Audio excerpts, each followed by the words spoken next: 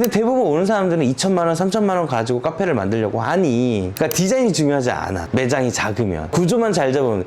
그 이유가 떼갈 수 있는 거는 돈을 쓰고 떼갈 수 없는 건 돈을 안 쓴 거거든요, 진짜.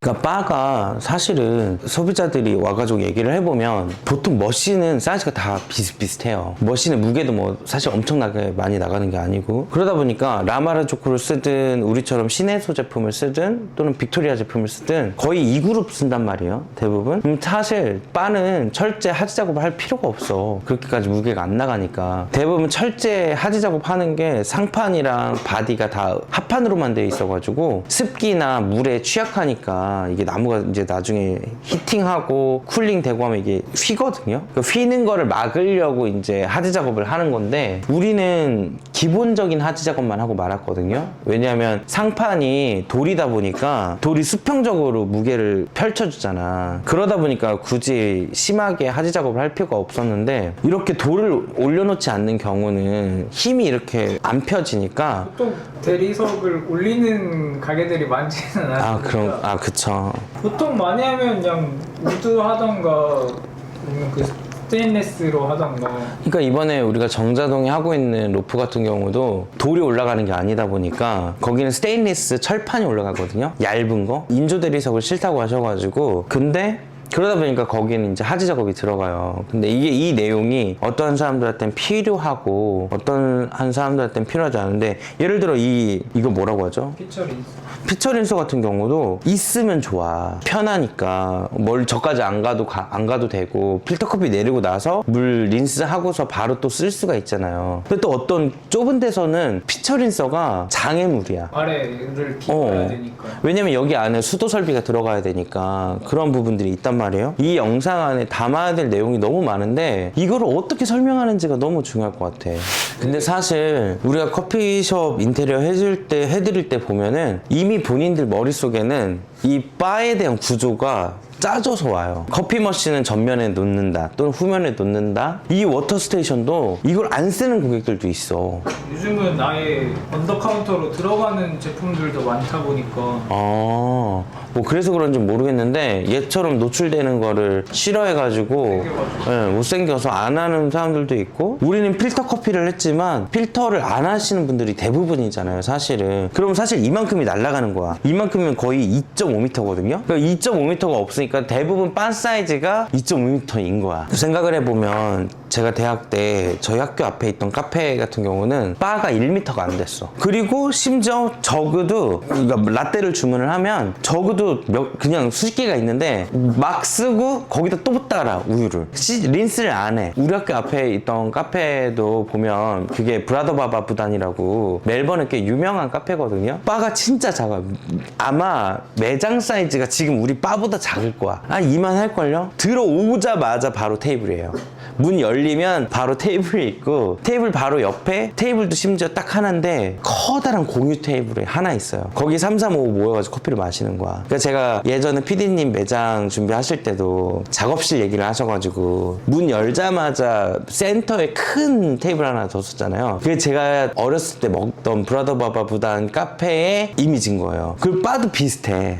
정말 거기도 바가 진짜 작고 뒤에 백바도 엄청 작거든요. 근데도 장사는 미치게 잘 돼. 그러니까 원두가 맛있고 커피가 고소하고 너무 맛있다 보니까 많이 갔었는데, 그러니까 나는 바리스타 분들이 좀 알아야 될 내용들이 그런 내용들이지 않을까라고 생각이 돼요. 사실은 우리가 이 매장 얻을 때 위치를 고민하지 않았잖아요. 그냥 이 건물이 좋아서, 이 건물은 내가 계약을 해서 써야 되겠다, 그 마음 하나를 가지고 오픈을 했는데, 이 매장의 취약점은 주소를 알려줘도 못 찾아와. 그러니까 이제 사람들이 임대를 계약을 할 때 나같이 이런 데를 얻어오진 않겠지. 근데 그분들이 고민해야 될 거는 입구가 어느 쪽에 위치해서 얼마나 쉽게 보이느냐도 중요하고, 우리는 가정집을 개조했다 보니까 이 패스웨이가 너무 많아. 이런 게 다 웨이스트거든요.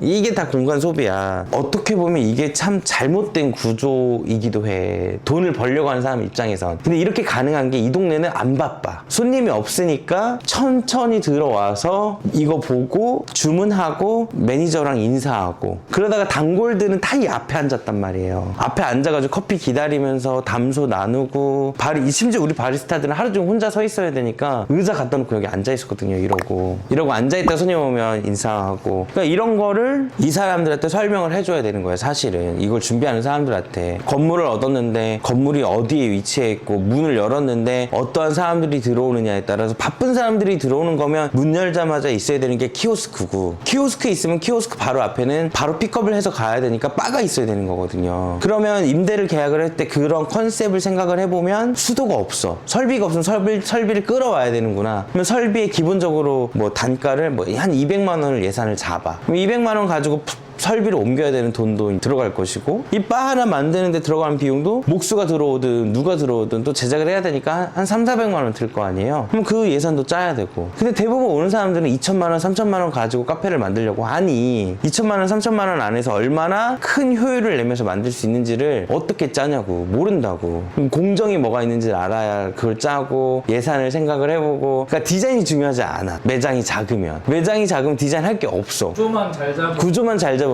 그러니까 매장을 인테리어를 할 때 자기가 아이덴티티가 있는 사람인 거면 인테리어 별로 중요하지 않을 것 같고, 나는 아이덴티티가 없다, 나는 그냥 바리스타 하다가 카페를 오픈한다, 그러면 그 매장엔 자기 취향이 나와야 돼. 근데 취향이 나오는 매장들은 도심 한가운데 없어. 비즈니스 있는 디스트릭에는 그게 있을 필요가 없어. 그런 데는 최대한 편리하고 깔끔하고 들어가고 싶은 마음을 만들어야 돼. 여러분, 이제 우리 청자들이 알아야 될 게 매장 사이즈 7평이냐 10평이냐 20평이냐가 중요한데, 카페는 최소 20평은 돼야 되는 것 같아. 내가 느끼기에는 20평은 돼야 뭐를 해봐. 그리고 30평은 돼야 돼. 그래야 디저트를 만들 공간이 있고 보관할 공간이 있어. 그래야 소비자들한테 디저트를 맛보게 하고 상주할 시간을 주잖아요. 빵 하나에 케이크 하나에 8,000원 10,000원인데 공간이 없어. 포장해갖고 가야 돼. 그럼 누가 거기 가서 사냐고. 미치게 맛있지 않는 이상. 어라이크도 보면 면적의 반이 커피바하고 제빵이야. 그리고 한 10평 남짓한 공간이 테이블로 차 있잖아요. 근데도 테이블이 몇 개였어? 6개였단 말이야? 한 6개 될 거예요. 근데 대여섯 개에서 객단가가 2만 원씩 나온다 치면 동시간대 팔 수 있는 게 12만 원인 거야. 상주 시간이 보통 1시간이잖아요, 최소. 그러면 8시간으로 나눴을 때 실질적으로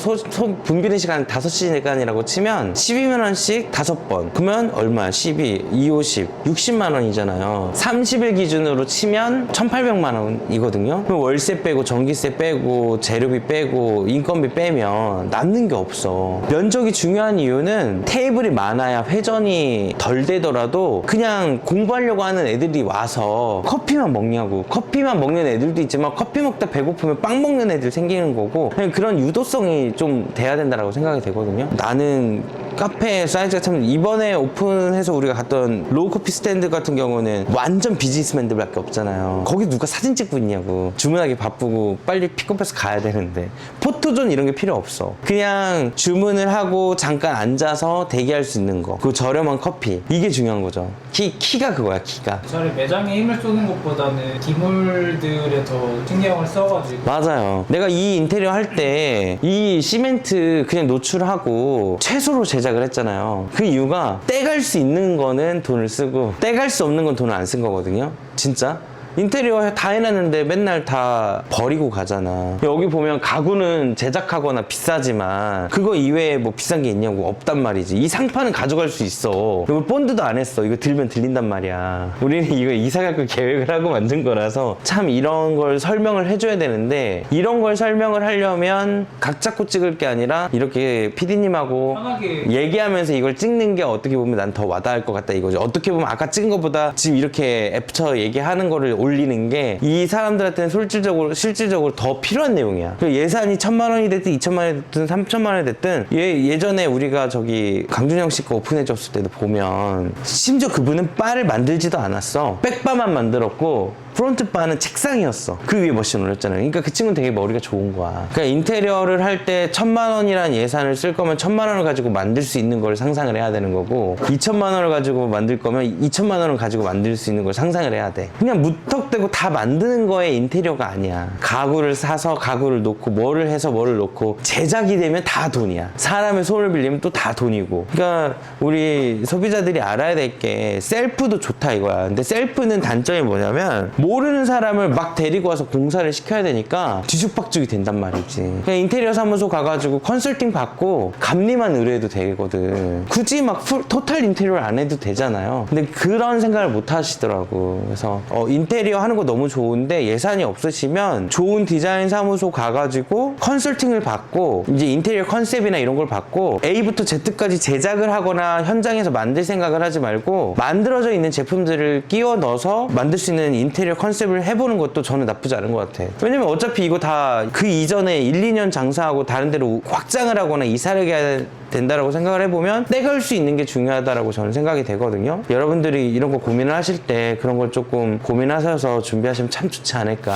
실질적으로 저희가 느꼈던 것들을 솔직하게 말씀을 드리는 게 인테리어 하실 때 조금 더 도움이 될 것 같아서 급하게 제가 요청을 드려서 PD님하고 이렇게 비하인드를 한번 찍어봤습니다. 여러분 인테리어가 쉽지 않아요. 그냥 머릿속에서는 이거 하겠다 저거 하겠다라고 생각을 하지만 막상 실전에 들어가서 돈을 쓰시다 보면 여러분 선택 하나에 따라서 적게는 몇만 원이 들지만 많게는 몇십만 원, 몇백만 원 드는 게 인테리어고, 인테리어는 단점이 한 번 시공을 해놓으면 바꿀 수가 없거든요. 그래서 저는 디자인 타임도 되게 중요하다 생각하는 이유가 한 번 해놓으면 뜯어 고칠 수가 없기 때문에 디자인에 대한 고민을 많이 해야 되는 거고, 디자인만 고민을 하는 게 아니라 실질적으로 그 공간 안에서 상주하는 사람이 뭘 어떻게 하고 싶은지도 매우 중요해요. 이게 클라이언트들이 왔을 때 각 잡힌 사람들이 있어. 난 이걸 해야 되고 난 이렇게 할 거고 이런 걸 계획을 해가지고 오는 사람들은 인테리어 해주기 너무 좋아. 근데 그런 게 없는 분들도 있어. 뭘 어디서 어떻게 해야 되는지 모르니까. 그러면 뭘 어디서 어떻게 해야 되는지부터 하나에서 열까지 다 설명을 해드리거든요. 근데 그런 분들은 얘기를 잘 듣지만 갸우뚱해. 확신이 없어. 자기 머릿속에 이게 맞나 아닌지 모르니까 우리가 아무리 100번 1000번 좋은 얘기를 해줘도 그런가요? 이렇게 앞에서 호응을 하지만 뒤에 가서는 아닌 것 같아.